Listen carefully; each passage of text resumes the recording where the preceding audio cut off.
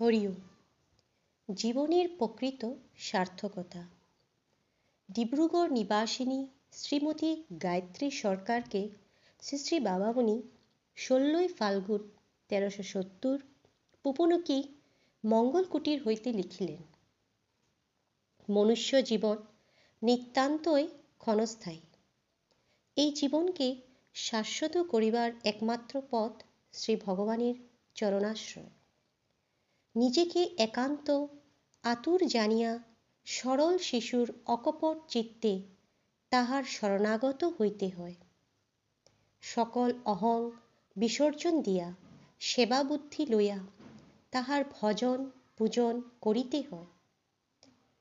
তাহার প্রীতি ও তাহার তৃপ্তিকেই একমাত্র লক্ষ্য রাখিয়া সকল কাজ করিতে হয়।